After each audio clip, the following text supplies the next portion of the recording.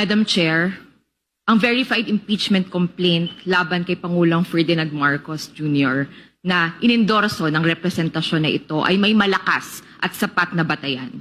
Ito ay naglalahad ng tatlong malinaw na paglabag na nagpapakita ng pagtataksil sa tiwala ng taong bayan.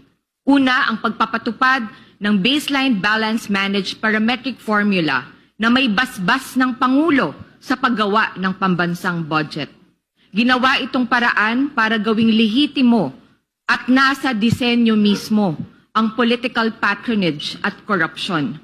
Sinasabi mismo sa formula na isasaalang-alang nito ang priorities of leaders. Ibig sabihin, ang pambansang budget ay hindi naaayon sa pangangailangan ng mamamayan. Hindi po iyon ang nauuna, kundi ang nauuna ay yung gusto ng mga nasa kapangyarihan. Pangalawa, ang pag-abuso sa presidential discretionary powers sa unprogrammed appropriations. Bilyon-bilyon, lalo na ang 89.9 billion pesos mula sa pondo ng PhilHealth na para sana sa kalusugan ng mga may hirap at mga nangangailangan ay ginamit sa mga proyektong may anomalies tulad ng mga flood control na overpriced o ghost projects. Ang Pangulo at tanging ang Pangulo lamang mismo ang may kapangyarihan na tuluyang mag-authorize ng release ng 213 billion pesos na unprogrammed appropriations na naging balon ng malawakang korupsyon. Kaya ito ay malinaw na pagtataksil sa tiwala ng taong bayan. At pangatlo, Madam Chair, ang complaint ay nagsasabi na direktang kasangkot mismo ang Pangulo sa sistema ng mga insertions at kickback sa budget. Ang tatlong akto na ito ay seryoso at magkakaugnay.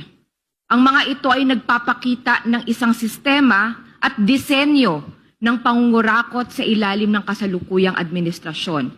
Ang mga gawaing ito ay sakop ng malawak na batayan ng betrayal of public trust. At ito ay usapin na pangunahing nakakapudpod ng integridad sa pinakamataas na posisyon at opisina dito sa ating bayan. Kaya't naninindigan kami, ang impeachment complaint na ito ay may sapat na substansya.